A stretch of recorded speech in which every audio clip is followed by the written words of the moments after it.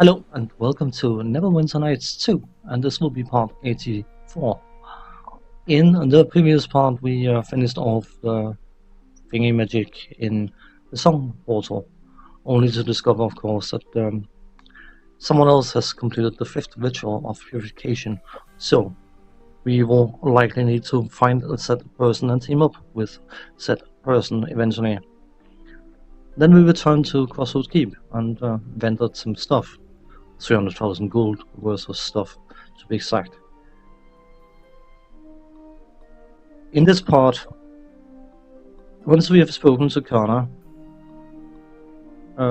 twice actually, we need to go and speak to Alderman. After that, we basically have to burn time in the keep until we are told that we can't progress the time any further. Due to that, I will keep the conversation with Alderman in, and then I will be doing some editing, only showing the important bits, because there will be absolutely no action. I will be running in and out of the keep to speak to Kana to get reports on soldiers and recruitment level and all that kind of stuff, and then progressing. And once he eventually will tell us that we can't do anything more by giving us a quest of some description, we will go back to normal. It's watching me running in and out of a door 20 times is not going to be particularly exciting. But anyway, let's go and speak to her first.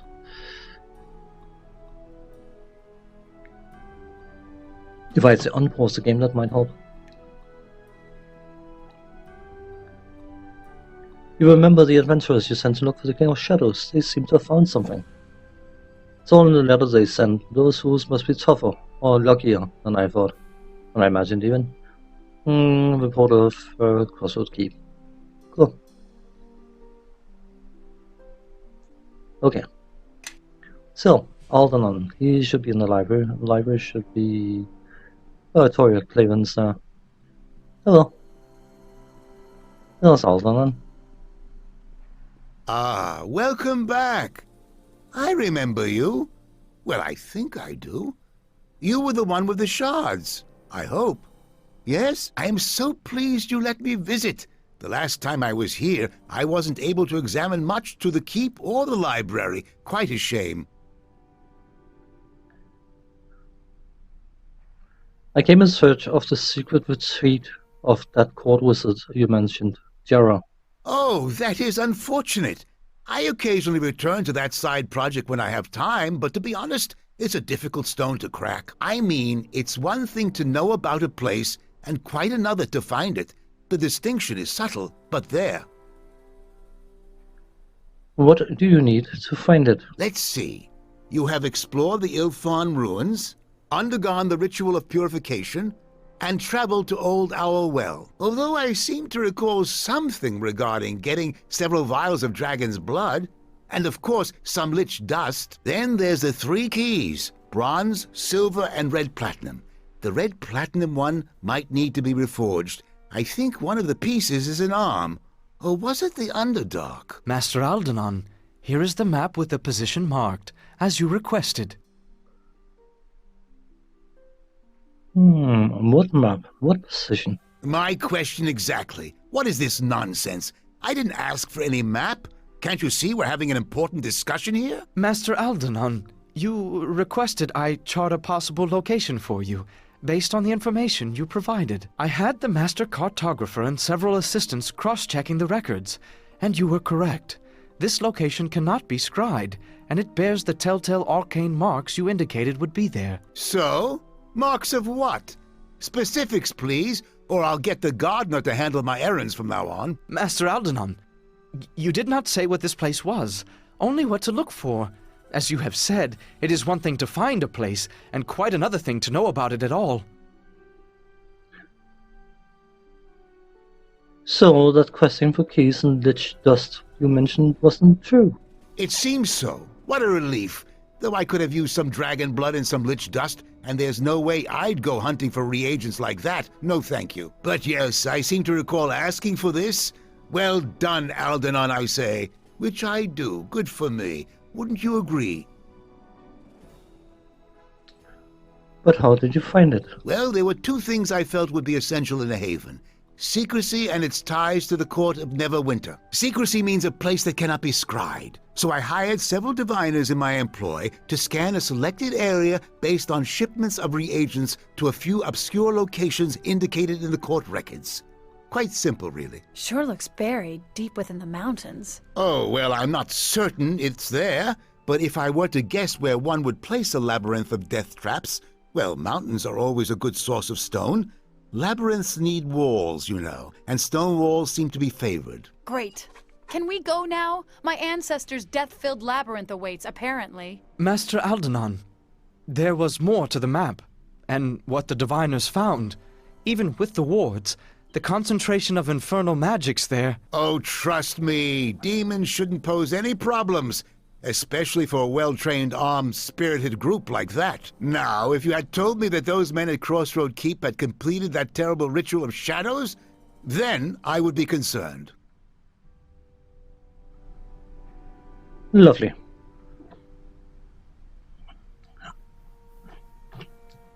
This is what we need to progress the thingy for.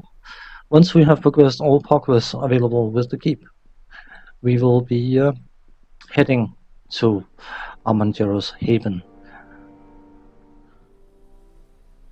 So at this point we basically just need to keep recruiting and deal with missions. I have a report on the men we sent to the Harpling village. Men fought the bandits a couple days ago. Few survived. They were outmatched, Captain.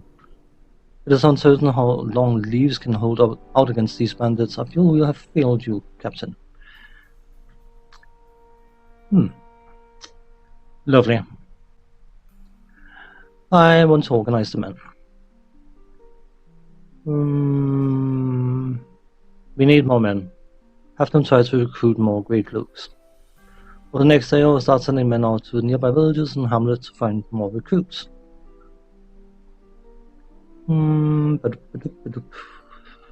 Sergeants, tell me about Catriona.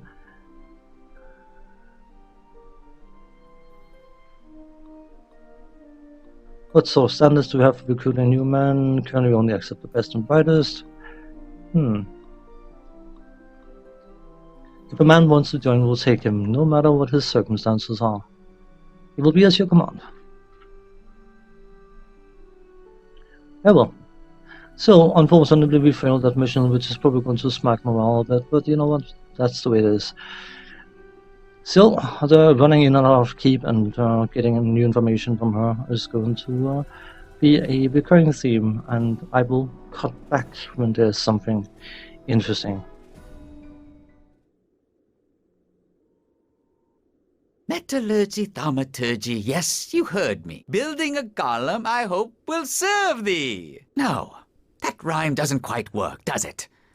Maybe if I use alchemy... Either way, it won't work. That construct you're messing with, Gnome, it's dangerous. Ah, this is in safe hands, Sir Bishop.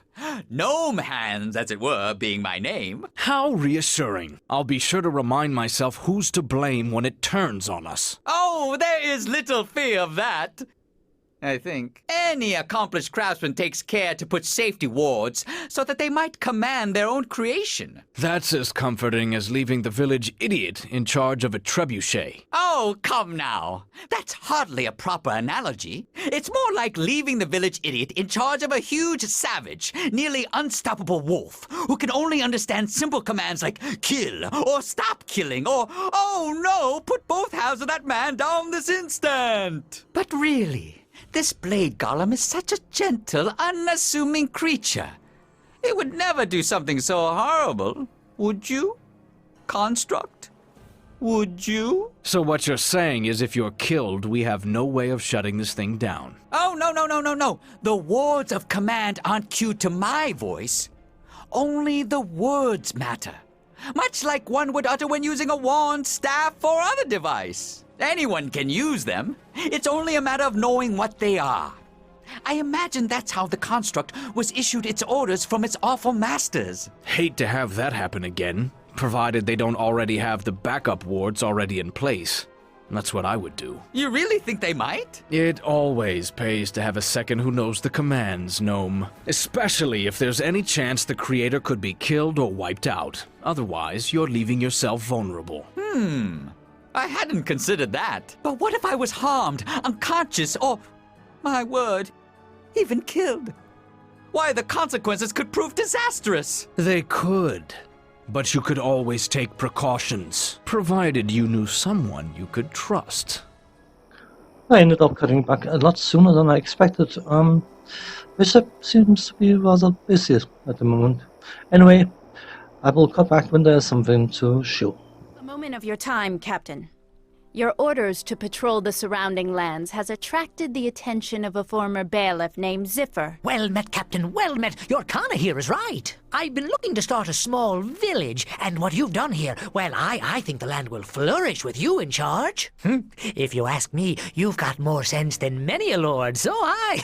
Ziffer wants us to sign a village charter allowing him to start a community here.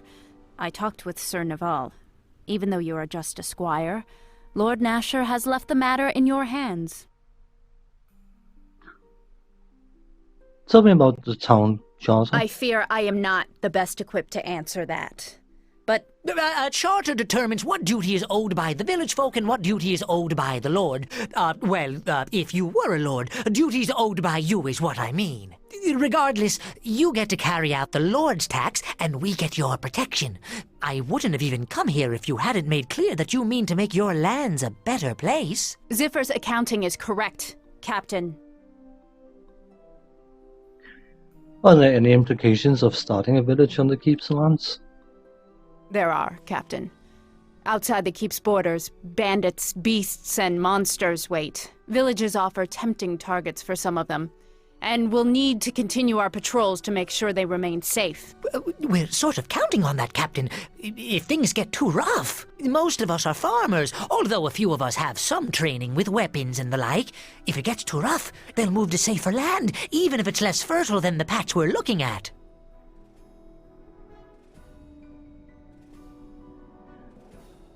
I have no more questions. Show me the charter. Certainly, Captain, certainly. The charter is written in formal language of court. From what you understand, the terms are typical, except they only permit tithes at green grass and high harvest height. Lord Nash increased the frequency of taxes greatly after the war with Luskin.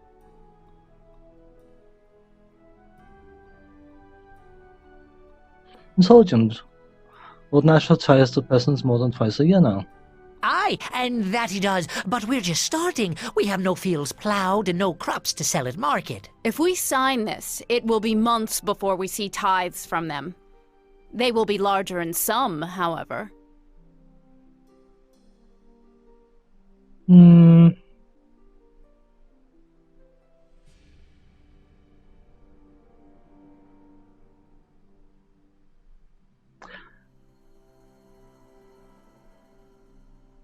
We could, you know what, I have no intention if I can avoid it to tax the poor peasants, so I'm ready to make my decision. The only thing remaining, Captain, is whether you'll sign their charter and allow the village to form on our lands. Sign the charter. Ah, you won't regret this, Captain. If any of your patrols are near the village, they can expect a warm welcome, and you too. The keep has already come a long way. We need to patrol the land regularly to keep the village secure. Especially right now. Otherwise, they'll leave. That is likely the case, but we still need to get some more men. Captain, Mayor Ziffer is here. He's brought men with him. We've started building our homes thanks to you, and some of the young men here wanted to join your grey cloaks. They're good men, and donning the cloak would be a good profession for them. We've accepted men that are in worse shape than these. They could be turned into soldiers. Any villagers that volunteer are welcome to join the Grey Cloaks. That's wonderful, Captain. Many of the villagers already look up to your grey cloaks. I'm sure more men will come when the village grows. I look forward to training the newest recruits. It was a bit of irony, I think it's called in that voice, but anyway. how many we can train. We have recruited so many new soldiers, I feel our overall training is slipping. Okay, that's basically her saying we have a lot of men, so if you want to keep the fighting attitude, you should assign the men to training and also to keep.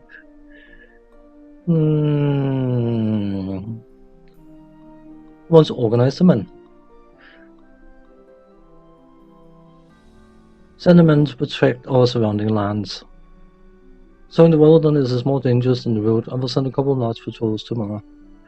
Maybe a service, first port, 32%.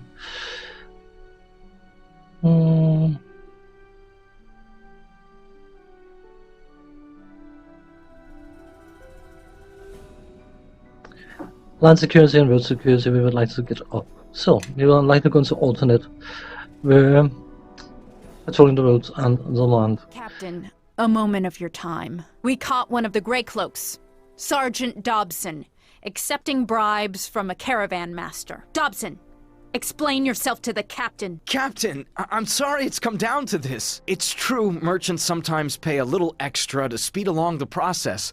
It's almost standard practice among— Not while wearing my cloak, Sergeant. Pardon. Assuming the captain agrees with me. Some of the trade laws are too restrictive. The caravan master wanted us to ease up on some of the older laws. We're supposed to confiscate everything from technically, because some lord a century dead had a feather up his— well, you get the idea. The Grey Cloaks don't receive much of a stipend. And customs like this make it easier on us and the merchants. And are you sure that's all he's trading in? If you don't search for contraband, it could be anything. In my opinion, this sort of behavior has to be eliminated to ensure order. But the decision is yours. You have various different options here. And in order to avoid any ramifications for the general peasant civility, Grey Cloak morale and all that kind of stuff, we need to select a neutral option. This is a grey area, just let him go. Thank you, Captain. I tried to explain that this is just how it's done. That's enough, Dobson. Thank you, Captain. The merchant trade along the roads is growing. We've attracted the attention of several merchant costers. 3 of them want to set up a caravan outpost in our keep. Each of them says it's vital if we wish trade to expand. They are the Forgotten Lords, the Circle of Friends, and the Faded Winds. I know nothing about them. This matter is urgent, and I fear we will insult each of them if we don't respond promptly. Whose offer should we accept? The Circle of Friends, why not? It makes me nervous choosing blindly. But perhaps it will work out for the best. I will send them your reply, Captain. Cool. Well, it's a lawful choice apparently, so cool.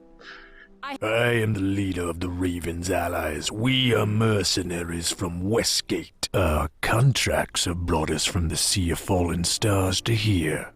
We'd like to join your Grey Cloaks. These mercenaries are better than some I've seen, but they're still undisciplined and not used to rules, or dealing with people. It could hurt us if we accept them. The Ravens are capable warriors, and some of them exceed the standards we set for our recruits. Sorry, I didn't mean to click the first line. I wanted to move closer to towards Kana, and then of course it skipped the first line. We need the men. Welcome aboard. It'll be a pleasure working for you, Captain. I hope this works out for the best. We are in a keep which needs men. There's a mercenary group that comes and says, we want to join you. I would be a fool for turning them down, wouldn't I? Anyway, let's... the men and I have direct orders that come from Lord Nasha. Lord Nasha will want to see you in Neverwinter at some point. See me after that. Give me a reporter. 331 Grey Cloaks. Land security average, road security high. It could be better, but you know what? It is what it is.